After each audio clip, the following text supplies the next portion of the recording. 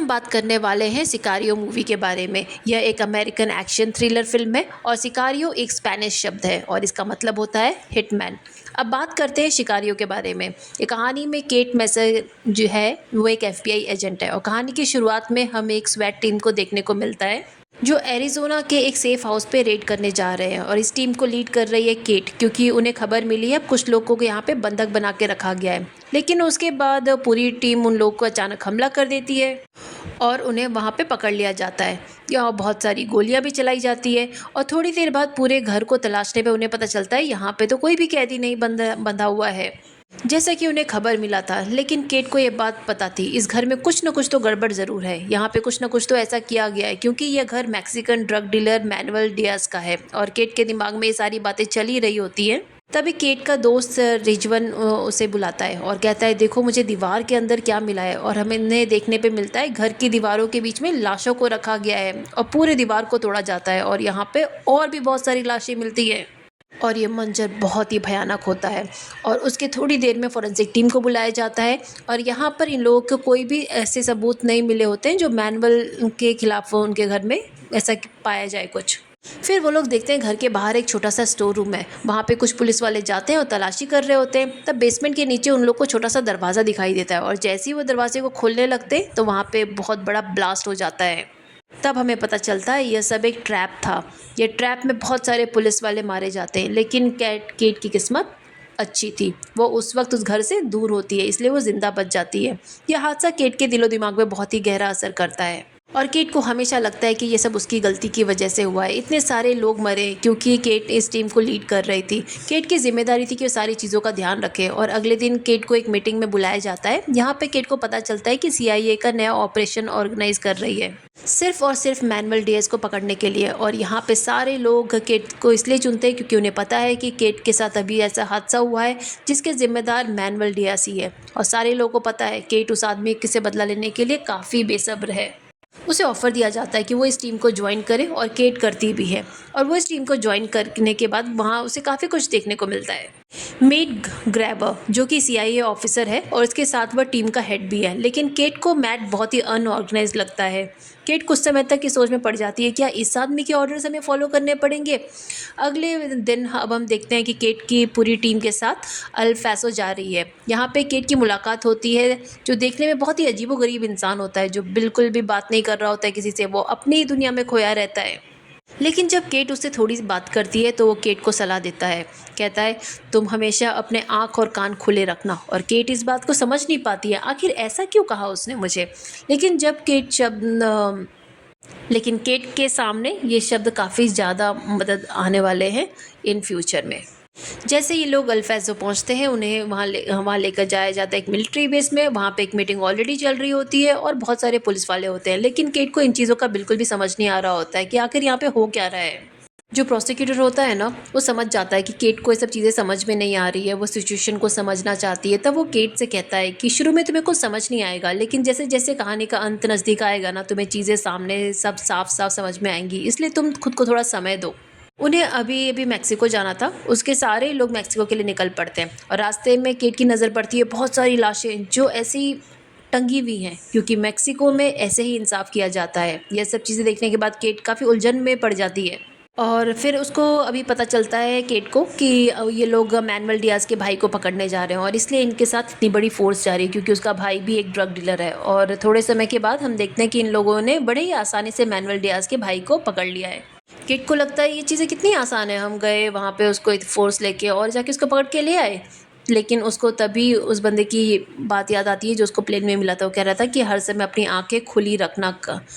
यहाँ आने के बाद केट को ये भी बताया गया था कि किसी भी वक्त कहीं से भी हमला हो सकता है, तो हमेशा अपनी गन को हमेशा अपने पास रखना, किसी पर भी भरोसा नहीं करना, चाहे वो पुलिस वाला ही क्यों ना हो। थोड़े समय के बाद इन लोगों की नज़र पड़ती है गाड़ी पे जिसके अंदर कुछ गुंडे हैं और इन्हें पता है कि जल्दी ये लोग उन पे गोलियां चलाने वाले हैं। इसके बाद उन लोगों ने गोलियां चलाने से पहले ही ये सारे लोग उनको घेर के उन्हें गोलियों से मार देते हैं। ये नज़ारा बहुत ही भयंकर होता है क्योंकि यहाँ पे चारों तरफ सिविलियन भरे होते हैं और उनकी जान को भी खतरा हो सकता था ये सब गोलीबारी में, और कोई मासूम भी मर सकता था। को ये बहुत ही अनऑर्गेनाइज्ड और अजीब लगता है ये।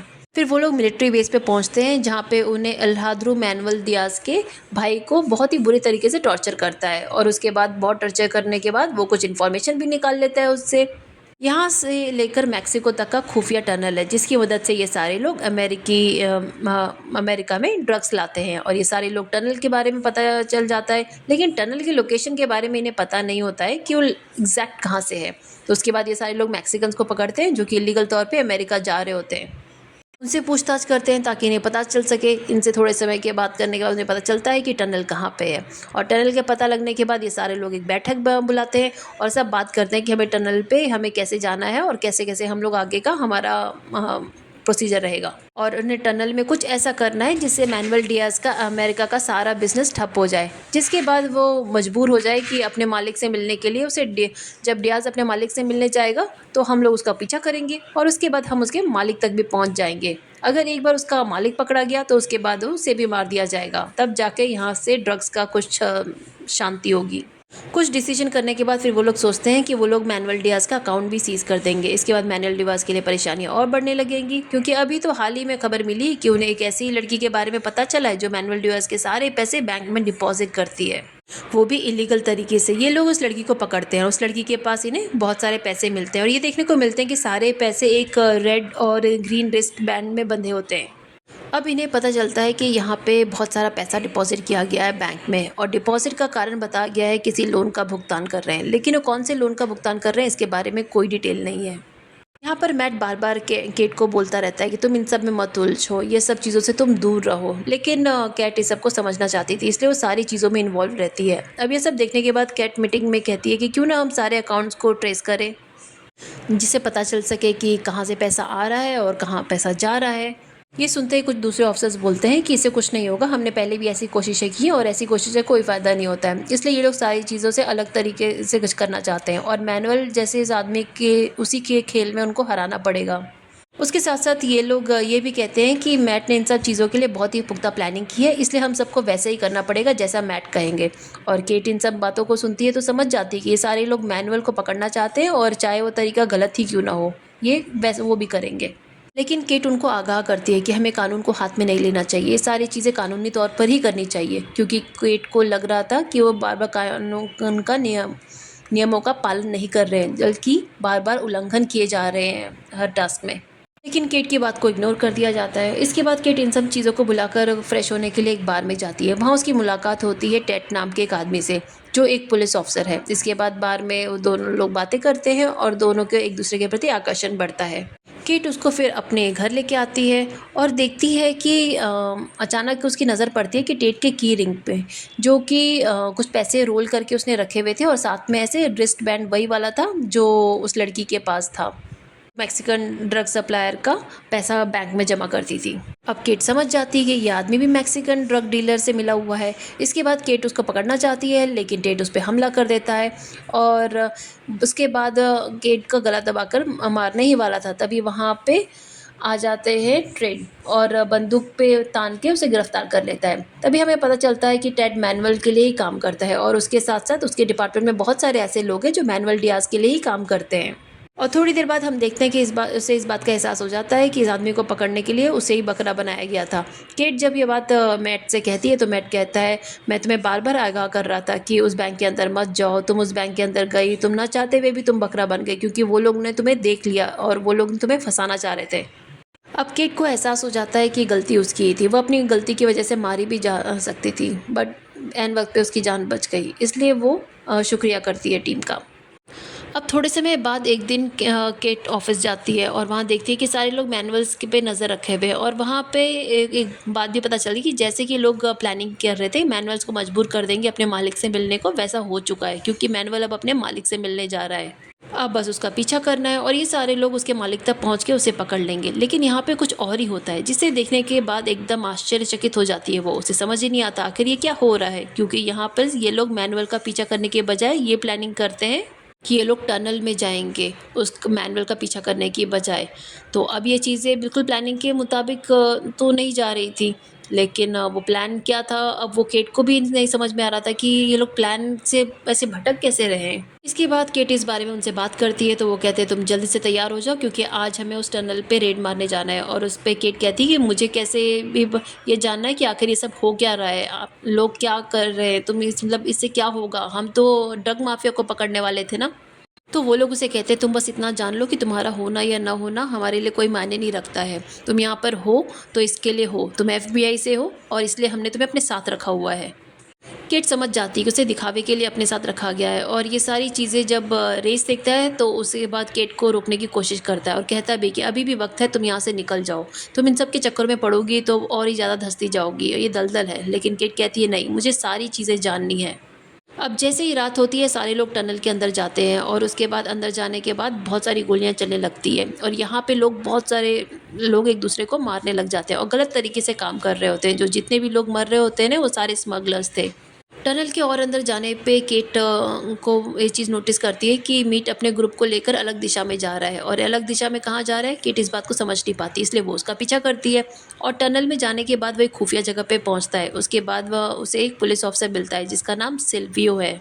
और यह एक मैक्सिकन करप्ट पुलिस ऑफिसर है जो कि ड्रग्स की स्मगलिंग करता है और इसी पुलिस ऑफिसर के ऊपर गन तान रखी है। जब केट को इस सब चीज़ों को देखती है तो वह भी परेशान हो जाती है। वो समझ में नहीं आती कि क्या हो रहा है, फिर से नियमों का उल्लंघन क्यों हो रहा है, क्योंकि सिल्वियो तो एक मैक्सिकन ऑफिसर है और अभी ये लोग मैक्सिकन में ही है। तो कोई भी अमेरिकन ऑफिसर मैक्सिको में आने वाले किसी भी मैक्सिकन ऑफिसर पर गन नहीं तान सकता है।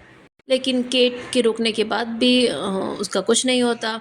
एनाल्ड्रो केट पर ही गोली चला देता है क्योंकि एनाल्ड्रो को पता है कि केट ने बुलेट प्रूफ जैकेट पहन रखा है और इस गोली से केट को बहुत ही तेज झटका लगता है, वो नीचे गिर जाती है। इसके बाद एनाल्ड्रो पुलिस ऑफिसर को लेकर चला जाता है। उसके थोड़े समय बाद केट जब टनल से बाहर निकलती है तो बहुत ज़्यादा गुस्से में होती है। उसे लगता है उसके से तो बेवकूफ़ी बनाया जा रहा है उसे, इसलिए वो मैट पर टूट पड़ती है और उसे मारने लगती है। तब मैट उसे सारी बातें बताता है और कहता है कि हम हमेशा से सिर्फ हॉस्पिटल 11 को ही पकड़ना चाहते थे क्योंकि वही सबसे बड़ा ड्रग लॉर्ड है और इसकी वजह से ही सारी चीज़ें हो रही है। मैनुअल डियाज तो सिर्फ और सिर्फ एक चारा है और ऊपर से भी हमें यही ऑर्डर मिला है, इन्हें इलेरोन को पकड़ना है क्योंकि इलेरोन के आने से पहले सारी चीज़ें बहुत ही अच्छे तरीके से चल रही थी, सरकार की सारी चीज़ों पर नियंत्रण था। लेकिन जब से इलेरोन इस धंधे में आया है उसने सारी चीज़ों को उथल पुथल कर दिया है। इससे पहले जो ड्रग लॉर्ड था उसका नाम था मेडेलिन। तो एलेजांड्रो मेडेलिन के लिए काम करता था, तो वो उनका प्रोसिक्यूटर था। जब मेडेलिन पकड़े जाने पर कगार पे था तो एडेलिन के परिवार को मार दिया गया, उसके बीवी बच्चे भी शामिल थे जिसमें, इसलिए इस मिशन को लेकर एलेजांड्रो इतना पागल है और वो किसी भी हद तक जाने के लिए तैयार है। वहीं दूसरी तरफ हम देखते हैं कि एलेजांड्रो डियाज के गाड़ी को फॉलो कर रहा है और यहाँ पे एलेजांड्रो के साथ सिल्विया भी है। और एलेजांड्रो जैसे ही मैनुअल डियाज के पास पहुँचता है वो सिल्विया को गोली मार देता है और उसके बाद मैनुअल डियाज को कहता है कि मुझे लॉर्ड के पास लेके चलो। इसके बाद एलेजांड्रो जैसे ही लार्कोन के पास पहुँचने वाला होता है वो डियाज को भी गोली मार देता है और इसके बाद वो घुसता है लार्कोन के घर पे और लार्कोन अपनी फैमिली के साथ डिनर कर रहा होता है। यहाँ उसके 2 बच्चे और उसकी वाइफ होती है। यहाँ पर सबसे पहले बीवी बच्चों को मारता है क्योंकि उसी आदमी ने उसके बीवी बच्चों को मरवाया था, इसलिए वो चाहता था ये आदमी भी वो चीज़ को महसूस करे, जब आपके बीवी बच्चों को कोई आपके सामने मार देता है तो कैसा लगता है। और थोड़ी देर उससे बात करने के बाद उसे भी मार देता है। थोड़े समय बाद हम केट को देखते हैं जो केट देखने के बाद काफ़ी उधेड़-बुन में फंसी हुई थी। वो किसी निष्कर्ष पर नहीं पहुंच पा रही थी कि क्या गलत है क्या सही है। तभी उसके पास एक लेटर लेके मैट आता है और कहता है कि इस पे साइन करो। साइन करने के बाद ये सब चीज़ों की पुष्टि करो कि यहाँ जितनी भी चीज़ें हुई है वो सारी चीज़ें कानूनी तौर पे हुई है। इन चीज़ों को देखने के बाद केट पेपर पे साइन करने से मना कर देती है, लेकिन उसके पास उसके ऊपर वो गन तान देता है और उसे साइन ना मजबूरी में करना ही पड़ता है। केट अब समझ जाती है कि एक तो उसकी जान बचाई गई है और दूसरा इसके लिए कि मेट जो बदला ले रहा है वो अपने परिवार का बदला ले रहा है, उसकी जगह जो भी होता वो वही करता। किड को वैसे भी भली बात ही पता था कि वो कितना सनकी है और कुछ भी कर सकता है जो उसको करना है, अगर उसमें रोका गया तो वो किसी को भी नहीं छोड़ेगा।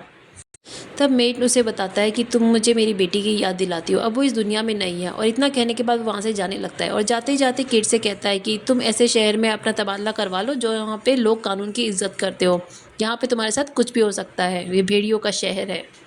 इतना कहने के बाद वो घर से थोड़ा दूर जाने लगता है। तब केट उसके ऊपर गन तान देती है लेकिन गोली नहीं चला पाती क्योंकि उसे पता था लैंडो ने उसकी जान बचाई थी।